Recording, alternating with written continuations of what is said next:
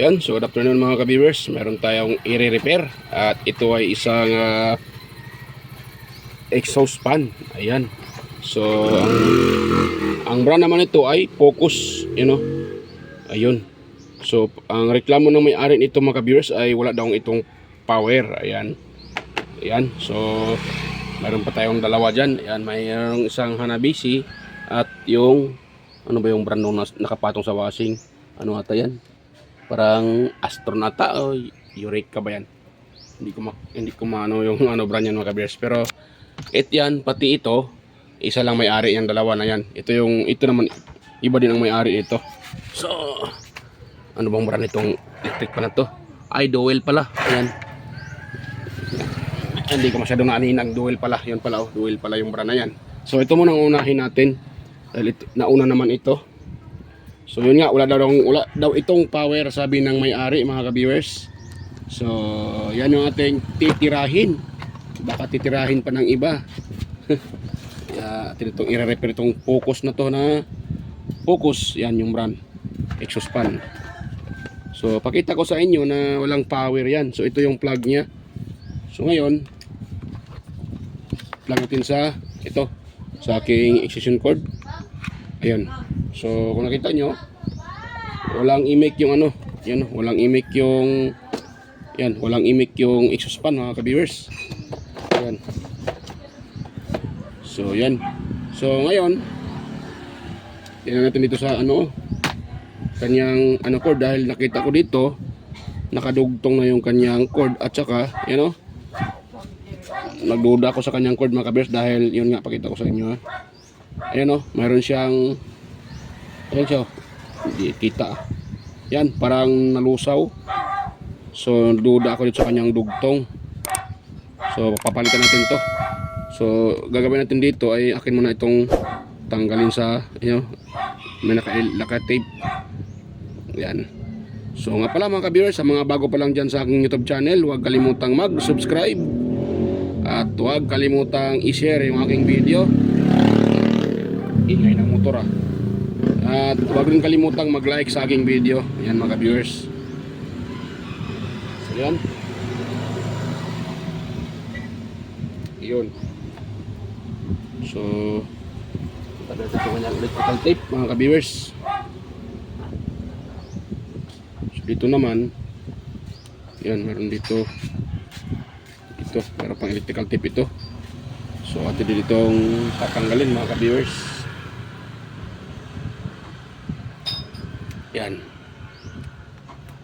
Yun. So baklas na. Kaya naduda talaga ako dito sa kanyang wire. So ngayon, test natin itong dalawang linya. Kung nakita nyo yan medyo mahaba na ito, nakaangat na. Yung isa, pag ganun, medyo mataas na itong isa. So tingin ko ito ay nalusaw parang nalusaw siya. So kuha ko ng tester. At ititest natin yan mga ka-viewers. So may galaw shoutout pala dyan sa mga nanonood, sa mga bago dito sa aking channel, sa mga bagong nag-subscribe at sa mga dating subscribers, sa inyong lahat, may galaw shoutout. At sa mga palaging nagko-comment dyan at nanonood, nakasuporta, so shoutout sa inyong lahat mga ka-viewers. Maraming salamat sa inyong walang sawang suporta at panonood sa aking mga upload. Yan, so test natin to mga ka-viewers. Isang linya dito, tapos isang linya. So dapat ito aking tester ay magbabaser. Yan. So tap ko dito. Ayan. Ayan nagbabaser sa isang linya, di ba? Good yung isang linya. Ngayon, lipat tayo sa kabila. Itong parang nalusaw. Ayan wala. Ayan So nakakarating tayo ng yan, ilan yan. Lang muna, ayusin ko muna yung sa aking kiss probe mga ka-viewers. Yan. Hirap pag hirap ipulupot tong wire na to. Ayun yung mag-lock. Ayan, nag-lock na. So wala talaga open. Open siya mga ka-viewers. Walang connection. So sa madaling salita, sira itong dinugtong, itong nakadugtong na wire. So dahil mayroon naman akong wire dito na ganoon din. Ito, medyo mahaba din ito. Oh, ito yan natin idugtong dyan. Pero bago muna natin ito idugtong, akin muna itong itest yung aking wire para paniguro kung okay ito o hindi. So para madali yung pagtest natin, ganun lang oh.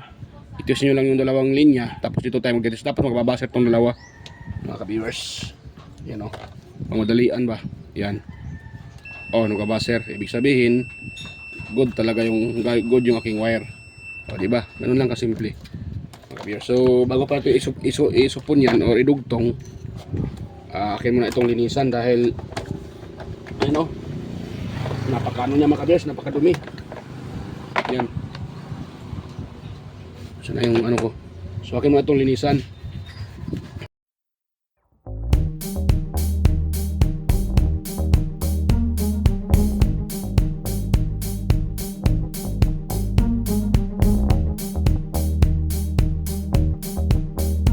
So yan mga viewers, tapos ko nang tanggalan ng dumi yung ano, yan yung mga makakapal na alikabok, tatanggal ko na. So hindi ko na pinunasan. So ito, test pala natin ito para makita nyo na ito ay buo. So you know, yan. Test natin, dapat ito ay mayroon siyang makukuhang ohms value o resistance. Yan. Okay. So na yun. Ayun no.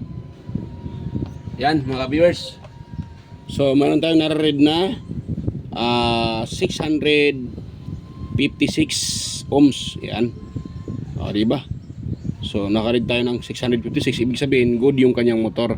So ang main problem lang talaga ay yung kanyang yung dinugtong nila na wire mga ka-viewers. Ito. So na yung wire kanina. Yun yung mayroong problema. Nawala pata. Ayun. Tinapon ko ito. So ito lang talaga yung may problema. So ngayon, dahil meron tayong wire na pangdugtong, ay dugtong pa rin natin. Pero gandahan natin yung pagkadugtong nito mga ka-viewers. Yan. So gandahan natin yung pagkadugtong. Wait lang ha. Dapat hindi natin siya tawag dyan, i-level. Dahil kung sakaling matanggal, hindi mag-short circuit mga ka-viewers. Walang mayaring short circuit. Kaya magpaliwanag mga ka-viewers. So yun, so putulin ko na dito mga ka-viewers. Dito dugtong natin.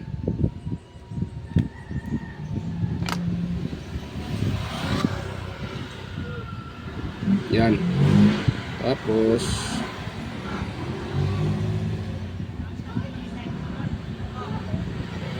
kahit huwag nyo na soldahin mga ka-viewers, pwede lang yan.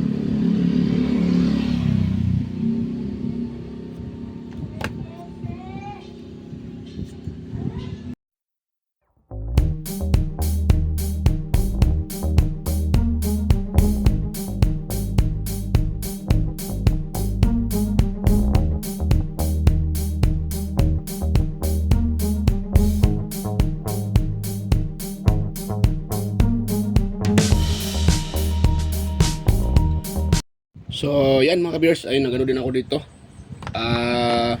Pinilitan ko rin yung kanyang yung kanyang kapasitor dahil mahina siya mga ka-viewers. So yan, kaya nagpalit ako dito ng kapasitor mga ka-viewers. Yan pakita ko sa inyo yung kapasitor niya. So ito yung dalawang linya pinutol ko, sa kapasitor. Ito yung kanyang kapasitor. So may naka-indicate dito na 1 microfarad mga ka-viewers. Yan. So 1 microfarad yung naka-indicate sa kanya. So ngayon, kuha tayo ng tester. Yan. At ating ititest mga ka-viewers. Tingnan natin kung 1 microfarad pa ba yung ating marireading dito sa kanyang kapasitor. Dahil mahina siya mga ka-viewers, mahina yung kanyang ikot. Yan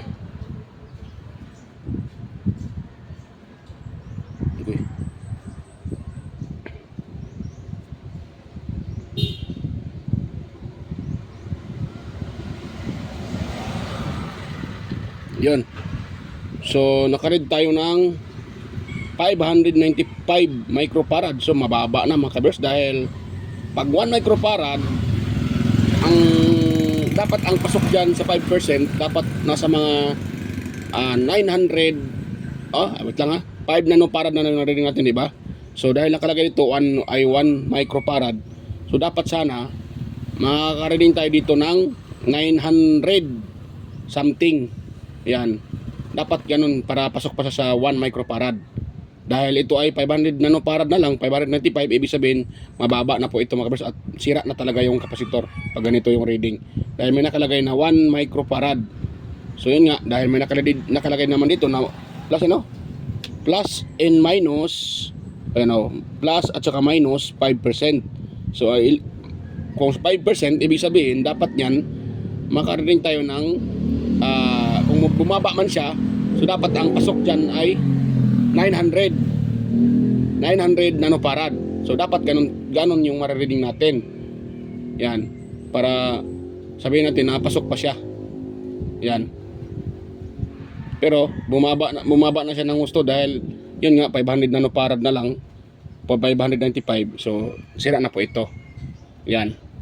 So ngayon, dahil wala akong ganito na 1 microfarad mga kabir, so marami naman ako ditong kapasitor na sikanhan din na mayroon tayong 1.2. Pwede pa yun, pwede na dito lagyan ng 1.2 kung wait lang ito.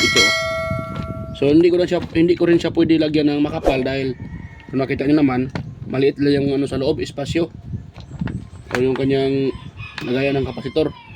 So dahil meron ako ditong nakita na 1.5, na try natin itong itest mga ka-viewers kung ito ay makakuha ng 1.5. Yan, so ito yung aking ayan, ito aton siyang babalatan. Wala kasi akong wala akong 1 microfarad na kapasitor. Bunanin ako na isa na mga viewers. So naputol ko pa talaga, limbarok na talaga, naputol ko siya. Ito na lang, meron itong isa, ito 1.2. Sana makakuha to ng kahit 1 microfarad.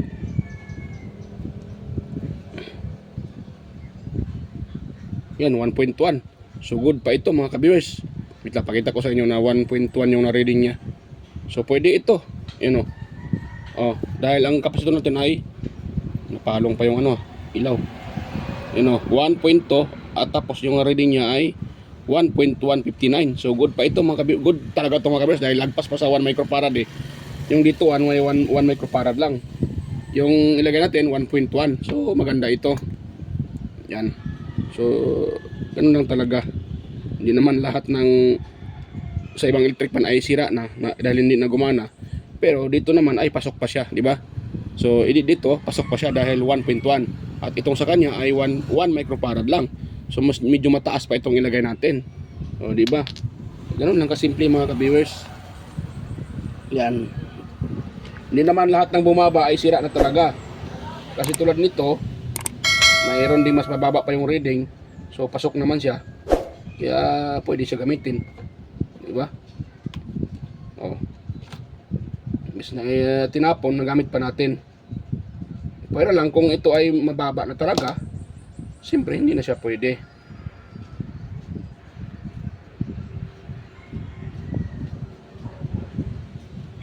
Ang 1.5 naman, mataas-taas na siya kunti. Yan, para sa akin yung 1.5 mataas-taas na dito. Ang para sa kanya, pwede pa sa kanya yung 1.2. Yan, pwede yan. Pero pag 1.5 medyo mataas na yan mga ka-viewers. 1.2 pwede. Kasi siya ay 1 microfarad lang yung kaya. Lagyan mo ng 1.5, mataas na yun. Kalahati na yun sa kanyang sa kanyang yung para sa kanya. Medyo kumalahati na. Kaya hindi na, para sa akin parang hindi na pwede yun. Masyado nang mataas. Pwede naman siguro. Ewan ko, hindi pa ako nakatry kasi mga ka-viewers na lagyan ng medyo mataas. Kasagaran pag 1 microfarad, lagyan ko lang ng 1.2. Kung 1.2, pwede mo siya lagyan ng 1.5. Yan. Pero pag 1, medyo mataas na yung 1.5, ilagay mo sa 1 microfarad.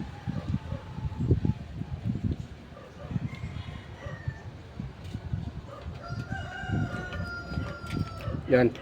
So lagyan ko, iano ko lang yung kanyang mga viewers, di pala kita. Yan. Yun. Yun. Tapos pasok ko lang sa dito mga ka-viewers. Yan, pasok ko lang sa lalim. Yun. Tapos sa uli ko lang muna yung kanyang takip. Ayun, ganun lang kasimple.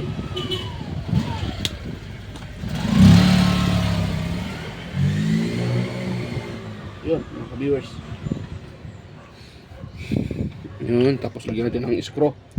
Ayan, titiyasin natin ito na sa final. Tignan natin kung malakas bang ikot nito mga ka-viewers. Dahil 1.2 yung lagay natin, 1.1, running 1.2. So plug ko na siya mga ka-viewers ha. Tignan nyo kung umurangkada ba kaagad. Ayan o. Ayan, ikot kaagad mga ka-viewers. O diba? Ikot kaagad, lumakas. Ayan o. Lumakas siya mga ka-viewers. Yan, yung hangin yan pa doon. Dahil nga ay ano siya, exhaust fan. Dahil exhaust fan siya. Yun.